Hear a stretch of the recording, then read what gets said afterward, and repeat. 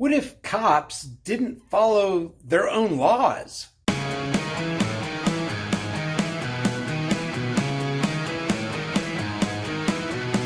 want to give a real quick shout out to Direct D. Direct D puts out really good content. He's one of those First Amendment auditors that just stands toe to toe with the cops.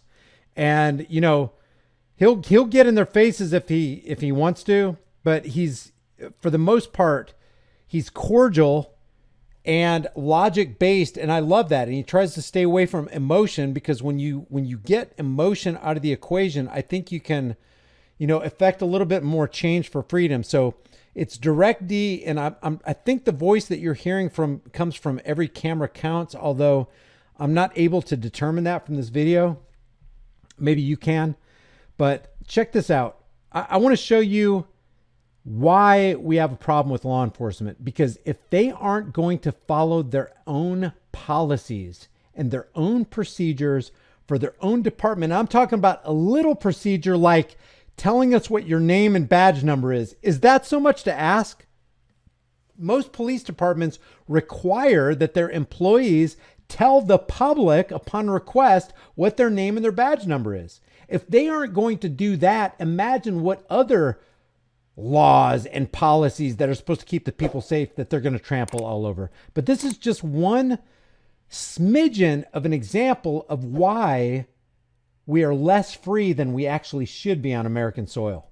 I thought he retired because I hadn't seen him around. It's possible. Yeah. People come and go, and you never know they left. Yeah. Hey, I got a question for you, officer. How come when we ask you guys to identify or ask for your card, you just simply blow us off, or you don't do it even though it's policy? Not policy. It is, though. Look at that policy right there. I love this. I love it when you juxtapose the lie that they just told with what their policy actually is. The policy is, this is DPM 1.4.1, number 72, ethics and discipline, failure to provide name and or badge number in writing. This cameraman's just asking him, you know, usually when I hear a cameraman saying, hey, can you tell us your name and badge number? They're not requesting that the officer put it in writing. They're just saying, hey, verbalize it to me. What's your name and what's your badge number before we go any further? No harm, no foul. As a public servant, that's part of their job description to do, because they are, hey, by the way, when you sign on this dotted line, you are serving the public. They are not serving you. You're answerable to them. They are not answerable to you, officer. And yet, time after time, they reject and neglect and lie about their own policies. So what makes you think they're going to uphold your Fourth Amendment right to be secure in your person's houses, papers, and effects? What makes you think that they're going to abide by shall not be infringed, or right to freedom of press and not abridging your freedom to film in public? Failure to provide name and or badge number in writing to a citizen upon request, unless it would jeopardize the safety of the member. And most of the time that you watch the people with the cameras requesting of a law enforcer, please give me your name and badge number, it's not going to jeopardize the safety of that member.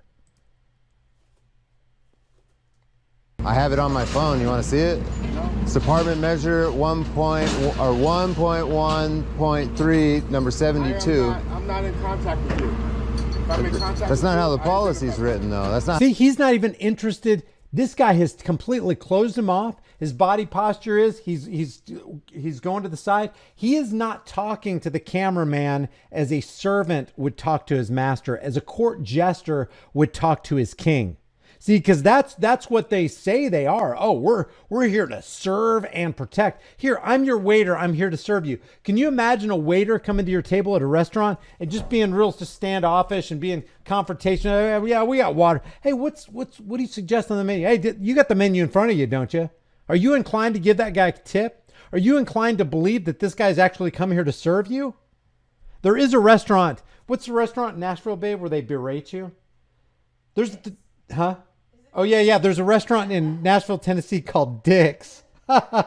Maybe it's aptly named. Has anybody ever been to Dick's in Nashville? I've never been there, but I've heard people that have been there. The waiters go there, they put a dunce cap on your head, and they completely just berate you and belittle you and talk down to you.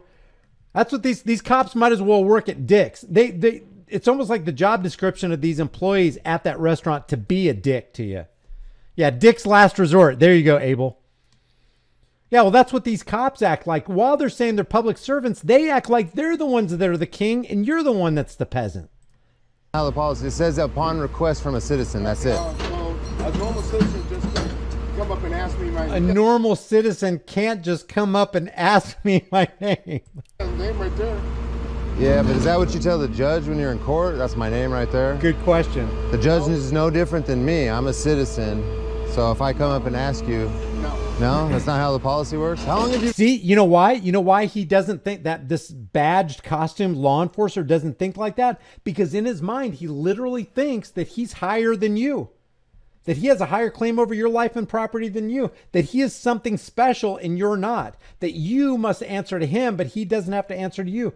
That's how they think. And not just in their words, not in his aloof posture, but also in their actions. You've been working for the police department. If I'm in contact with you, I'll be glad to give you my name. Well, how long have you been working for the police department? That's not how it works. I'm just curious because a lot of you guys seem really ignorant. Like you don't know how your own shit works, you know? Well, if you want to have a conversation with me, you're not going to call me ignorant. Well, I'm not saying you're, I said a lot of you guys are ignorant. He's got such a thin skin. Yeah, I'm not going to have a conversation. You just called me ignorant. Well, maybe you are. Maybe you do need a lesson. Maybe you need to take some notes. Maybe you should come over here and look at 1.4.1, number 72, and you see what this says right here. And then you act accordingly because you're not following your own policy. Pay attention to what I'm saying. I said a lot of you guys are ignorant. Okay. All right. I mean, it's true, man. The policy's online. Anybody can Google it, and it's verbatim. If a citizen asks you for your identification, you're supposed to give me your business card or write down your name and your badge number upon request. There is no stipulation that says... And look what it says. This is Mesa Police, guys. I think it's the Mesa Police Department that hired Philip Brailsford, who summarily executed Daniel Shaver in that La Quinta Inn in Mesa, Arizona. I think it's the Mesa Police Department, or at least it was somewhere in the area in Arizona where James Boyd was executed. Mesa's got a lot of problems. Look what this says right here. Code of conduct. Hey, officer, here's how you're supposed to act. Look, I have your code of conduct right here. If you have any question about it, we're over here doing we're doing a performance review on you. This is actually a global performance review, and we're looking, I'd like to walk up to a cop and say that. We're out here conducting a global performance review where you will be evaluated by the global community. We just want to see if there are any good cops out there who actually follow their own rules and ordinances and policies, who will actually be out here to serve and protect instead of harass and collect. Are you that kind of officer? Wouldn't it be great to just walk up to one and just say that? Unless they're involved in the stop, if we have contact with them. No, they think that if we don't have contact, that they don't have to identify. That's not how it works. That's not what their policy says. No, it's not, dude. But just like his officer back there already spilled the beans, says they got to direct you. You can sit there and argue that you don't have contact with me, but that's not how the policy's written. So when I make a video online and I say, hey, I asked this officer to identify, and you say, oh, I didn't have contact with you, and then I post the policy on my video that gets 100,000 views, it makes you guys look really stupid.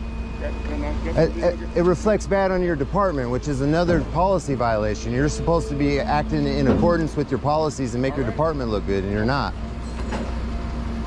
See, we're scratching the egos. This guy's got a little... Yeah, it's an ego thing.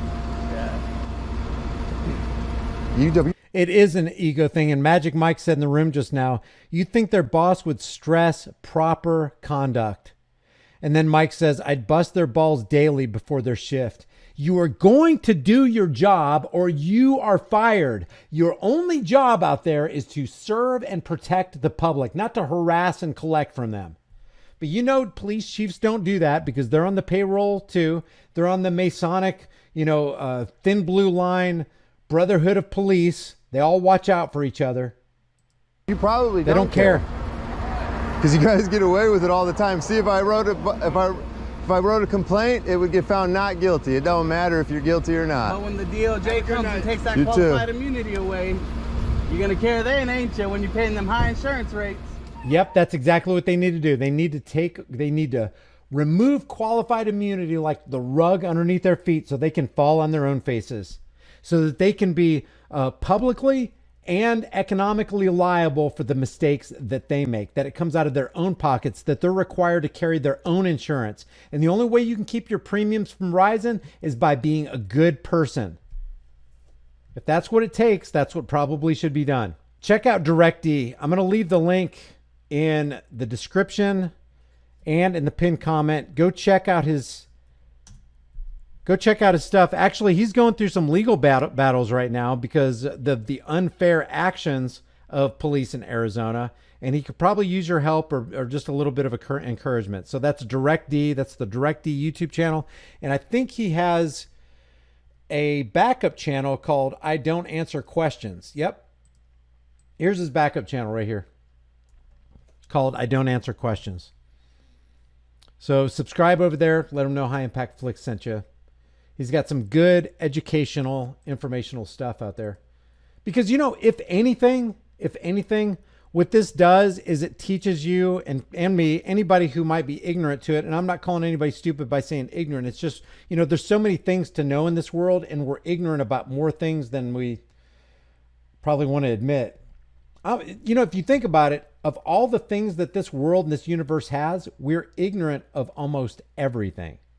We know not even a fraction of what is to be known. And even the stuff that we know, we probably don't know it like we should or like we think we do. So this right here, basically, knowledge is power. And you can get a lot of knowledge by watching some videos from First Amendment auditors like DirectD, San Joaquin Valley Transparency, Bay Area Transparency, Audit the Audit, Lackluster. They're all really, really good channels. Hey guys, we know with the way things have been going, it can get really interesting really quick. So make sure you and your family have a long-term storable food supply. Support the channel and get $50 off with my link in the description while you still can.